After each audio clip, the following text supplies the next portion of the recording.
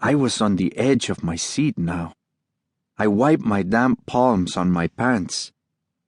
Rosa continued, dropping her voice to the lowest rumble, the purr of a mountain lion.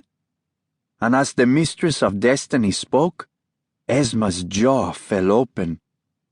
The gypsy women stopped their chattering and tea-sipping and stared at Esma. Then at me, then back at Esma. With expressions of disbelief, they shook their heads, muttering a harsh word that bounced among them.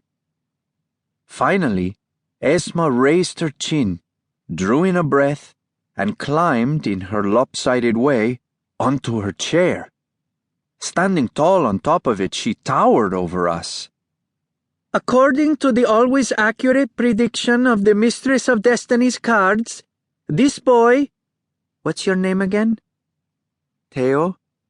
This boy, Teo, and I, Esma, Queen of Lightning, are on the path to being loyal friends for our long lives.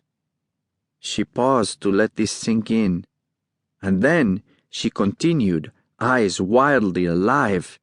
And if our friendship lasts, we will save each other when no one else can. This is our destiny. For a moment, my heart stopped. Then I stammered a translation for grandfather, whose face lit up brighter than a sunrise. He gave a nod of approval to Rosa, Mistress of Destiny. My aunts and uncles and cousins were exchanging doubtful looks. Impossible, they murmured, most in Mixteco, a few in Spanish. It was probably the same word the gypsies were murmuring. Impossible. Esma, on the chair, bellowed, I, Queen of Lightning, specialize in the impossible.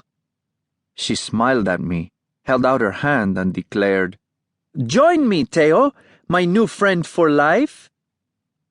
I stood motionless, all eyes on me. I didn't take her hand because what if she pulled me up there? What if she was crazy?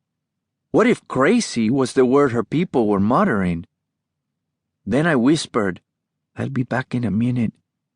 Legs shaking, I stumbled out into the sunshine, then across the patch of dirt and into the dark kitchen. There, by the hearth fire, was my mother, hair messily unbraided, huipil filthy, an expression vacant. Draped over her head, a black shawl hid her eyes in shadows. She held a sweet potato in one hand and a knife in the other, unsure what to do with them. A year ago, she would have been dashing around the kitchen, shooing out the chickens that were now pecking around her steel feet. I looked at her, wishing she would look back at me. She didn't. I took 3 of my circles of goat cheese to use as payment and wrapped them in banana leaves. On the way out the door, I paused. Mother, if I told you I'd be lifelong friends with a gypsy girl, what would you say? She looked at me blankly, as if I were speaking another language, impossible to understand. For her, after what had happened to my sister last year, everything was impossible. Getting up from her petate in the mornings, making tortillas, doing the simplest of chores, the smallest task, like talking to her son, was impossible. Even if she could answer my question, I knew her response. Impossible. I left her in the kitchen and headed across the patch of dirt through the squawking cluster of chickens and turkeys and back to the healing hut. My cousins and aunts and uncles were just leaving, still giddy, while the gypsies were putting away their things. The Impossible Caravan. That was the name of this troop. Did impossible describe the incredible wonders they'd brought all the way out to the Hill of Dust? Or did they, the Queen of Lightning in particular, hold the magical key to making the impossible happen? Esma was humming a lively tune as I walked over and handed her the payment.